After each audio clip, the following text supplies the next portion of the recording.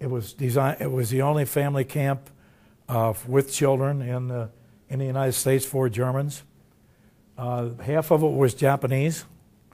There were Japanese doctors that specialized, say, in gynecology, because and they delivered. There were 250 babies born in Crystal City, and down there we built this swimming pool. It was hand dug, and there was an Italian civil engineer from the Honduras there, and he designed this pool.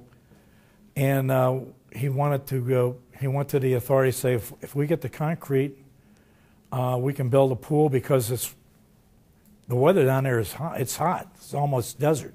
It's 80 miles south of San Antonio, and at first they turned it down. He said, "Well, we'll build it so that can also serve as an irrigation source for surrounding farms." And on that premise, they gave us we had to do the concrete in batches and hand dig this thing out, and it was a real good source of entertainment for the kids that were there. And the only bad thing is that on one day in 1945, late 1945, 2 Japanese girls drowned in there. They were both 12 years old, and there was almost wall-to-wall people. And it's one of those days where you say, nobody could possibly drown with so many people here, but they sure did, and it was a real tragedy. But we had a hospital, we had jobs, and the man that introduced me said I worked as the Iceman, and I was the Iceman.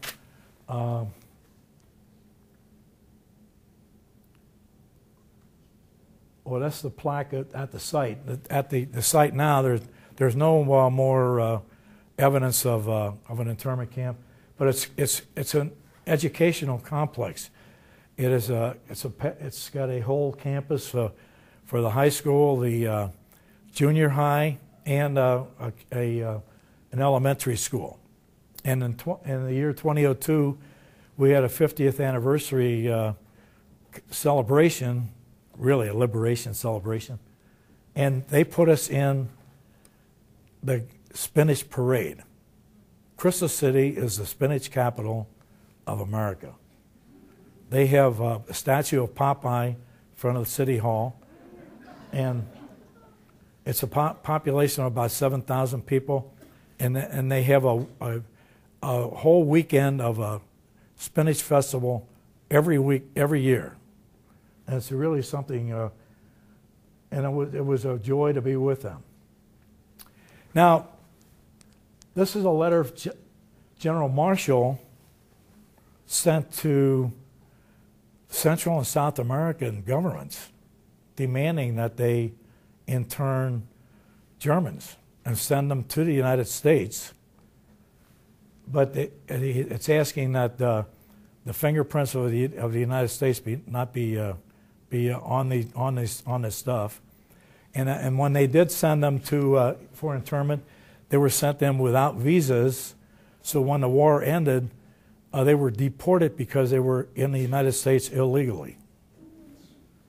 So I missed a real opportunity in Crystal City, because I really should have learned Spanish completely, because in high school I had 3 years of Spanish, but I should have learned it 100% being down there 4 years with Spanish-speaking people, but I passed it by. And this is a confirmation class in late 1946, and it's by the pastor is Pastor Hoyer, a Lutheran minister from Missouri Synod, from San Antonio, that would come down every 2 weeks for to provide services for the Lutherans. And he confirmed these people, and which includes the gal that became my wife right there, includes my younger brother Gerhard, and it includes a man there that became a professor of chemistry at MIT and edited the chemistry journal and just retired. And Father Hoyer used to, our pastor Hoyer, complained that he had to use up his gasoline ration and his tire rations for his 180-mile round trip to do the services.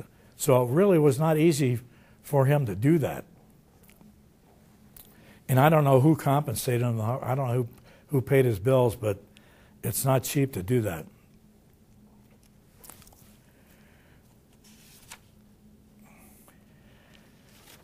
Now, let's see. I'm a little... Oh, and then... This is my cohort. There's about 20 of us there, and half of them are dead because of age and disease. And this is my older brother Julius, and he married somebody else after release, and then she died some years ago, and then he got reacquainted with Elfrida, who was there from Peru. And by the time Julius's wife died and he wanted to get reacquainted with Elfrida was living in Sydney, Australia.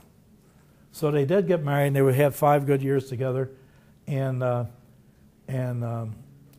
really the only survivor in my family right now. And this is our family down in Crystal City. My mother and Gary, that's me, the good-looking guy, Julius, and then my dad.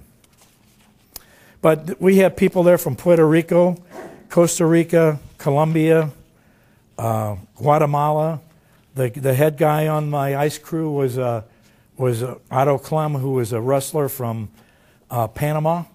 He was married to a Panamanian lady, and they had 3 kids. And I found out just recently that, and we had a weekly newspaper, and every week we had a cartoonist by the name of, I forgot his name right off the bat. Boy, I'm having a senior moment. But this is Otto Clem. He taught me how to drive this truck. I'm the only prisoner of war or internee that learned how to drive while he was interned. And every day we'd go out and pick up at least 1 load of ice, because in that climate we didn't have refrigeration, but we had an ice box, and I probably should have said, but we lived as family units in Crystal City. The lady of the house did the cooking on a 2-burner kerosene stove, and you went to the store, the company store, to pick up what was available, and but it had the advantage that everybody had their own little cuisine, right? And in places like that Chicago house or on Ellis Island, there was cafeteria stuff, and that is never good in the long run. And that roster I'm talking about, well, that's the roster, and that's dated February 29, 1944, which is a leap year. And this is Harry Truman's deportation order in 1945, ordering everybody that was still interned to be deported. And concurrent with that, a Herman Schleuder, who was a bartender in Long Island, was interned on Ellis Island, brought a case in federal court on the premise that he was improperly interned because he didn't have the opportunity of having a lawyer at his hearing, and the judge the judge